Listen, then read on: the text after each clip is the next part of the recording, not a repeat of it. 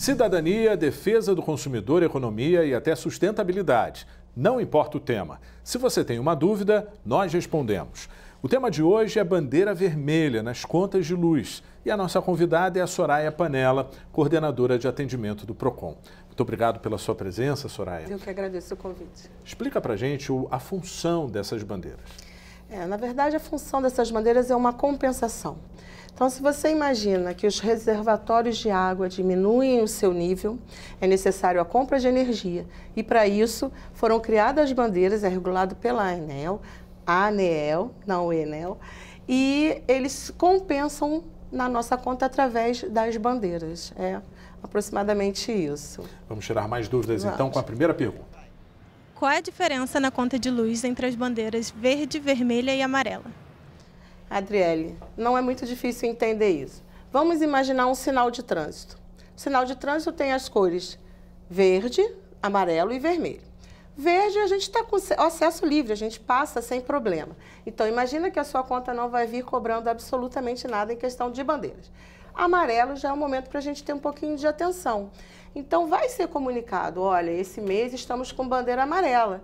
Então, vamos ter um pouco mais de cuidado, né? Vamos ficar atentos, porque vai acrescentar na sua conta um valor que chega em torno de 0,015 a cada 100 quilowatts. Então, é muito fácil a gente conseguir passar desse limite. Exatamente. Então, a gente tem que ficar com a anteninha bem alerta, vamos prestar atenção de que forma nós estamos consumindo. Se for a bandeira vermelha, aí atenção total, né? O vermelho diz o quê? A gente tem que parar, né? No sinal, senão a gente vai cometer um acidente. É a mesma coisa.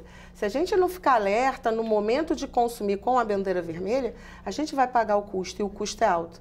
Nós temos dois níveis de bandeira vermelha, o patamar 1 e o patamar 2, que também é informado no momento que se aplica a bandeira na sua conta. O patamar 1 você paga em torno de 0,040 e o patamar 2, 0,60. Então, você imagina que é uma diferença grande, então a conta pode vir pesada na hora de pagar. E como é que você é enquadrado nesse patamar 1 e 2? Isso tudo está de acordo com o reservatório. E aí, na hora que é informado ao consumidor, ele vai lhe dizer, estamos comprando mais energia e se eu compro mais energia, eu repasso para o consumidor. Vamos para a segunda pergunta, Soraya.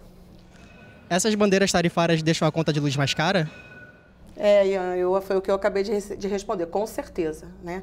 Quanto mais falta chuva para a gente, mais o reservatório fica vazio. Quanto mais vazio, mais a gente precisa comprar energia, a gente precisa fazer isso girar. E quanto mais a gente compra energia, mais a gente paga. Qual seria o seu conselho para ter atenção na hora que chegar até o vermelho, ou seja, onde que a gente pode economizar? Primeira dica que eu dou é em tudo que for através de resistência que a gente tem dentro da nossa casa. Do chuveiro elétrico à airfry, que agora virou o nosso eletrodoméstico favorito. Todas as mulheres desse planeta amam a airfry porque facilita muito o nosso dia a dia. Mas ela tem um consumo de energia muito alto por questões da resistência. O chuveiro elétrico é outro vilão no nosso consumo diário de energia, né? Então a gente tem que ter muita atenção. A questão da economia também é a pergunta que vai vir logo agora. Eu queria saber como eu faço para economizar na energia elétrica, apesar da bandeira vermelha. Nós temos várias dicas. Vamos pontuar algumas que eu acho que são as mais importantes e que o consumidor tem que ficar mais atento. Inicialmente, trocar todas as lâmpadas possíveis, né? A gente hoje tem lâmpadas que têm um consumo menor. Já é um comportamento muito adotado por várias pessoas desde o racionamento. Sim. Ou não. Né? Mas onde que a gente consegue mudar isso? Eu acho que isso é uma questão de costume mesmo, né? É uma questão de costume, de hábito. O consumidor precisa aceitar o novo, né? A gente no PROCON ainda escuta muita dificuldade de consumidores de aceitar as novidades. A lâmpada de LED é uma novidade. Ainda existem pessoas que acreditam que ela tem um consumo maior e, na verdade, ela não tem. O que também é importante para o consumidor? Mudar hábitos. Hábitos do banho, por exemplo.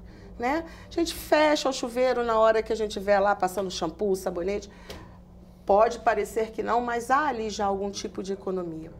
O mau hábito, né, que a gente tem, filhos, crianças, então sempre fazem isso. Abrem a geladeira e vamos passear dentro da geladeira. Olha, fica aquele tempo enorme a porta aberta. essa mudança de temperatura faz com que a geladeira puxe mais energia. E a escolha do eletrodoméstico também com selo ideal, né? Sim, Isso é muito importante. Isso é muito importante. Hoje já a grande maioria já vem com esse selo, indicando ao consumidor aonde, de que forma ele pode economizar. O selo vem ali mostrando direitinho, em cores diferenciadas, para que esse consumidor tenha noção do consumo dele. Mas existem algumas coisas, assim, em particular do nosso dia a dia, que é importante que ele tenha atenção. É desligar, saiu do cômodo, apaga a luz, né? São hábitos que a gente precisa criar para que a gente possa ter uma grande economia. Vamos para mais uma pergunta, Soraya? Qual aparelho doméstico é o grande vilão durante a bandeira vermelha? Foi o que eu acabei de falar. Atenção para todos os aparelhos que usem resistência. Isso é muito importante. Eu posso dar uma dica, por exemplo, vou voltar no chuveiro elétrico, porque ele é o vilão. Nós temos hábito, né? Queimou a resistência, eu vou lá, troco a resistência.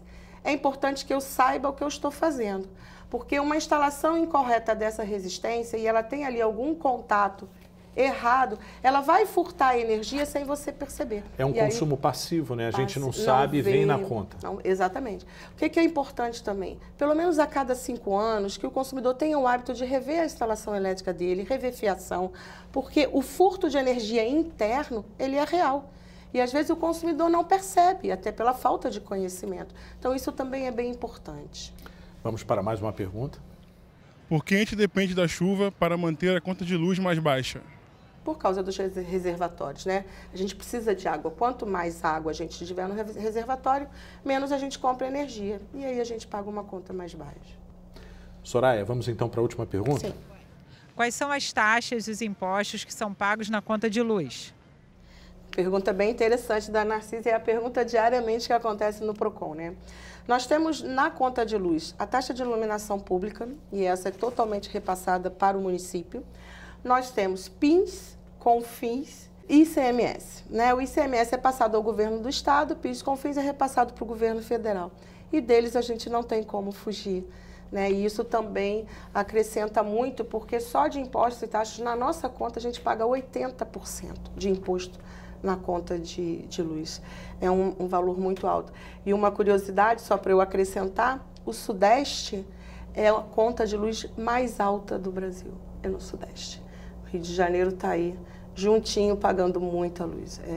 É bem interessante e complicado, porque a gente não tem, infelizmente, como mudar essa realidade, né?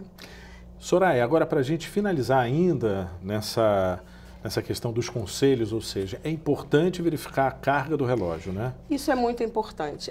A gente ainda tem algumas residências com relógios mais antigos, que são os relógios monofásicos.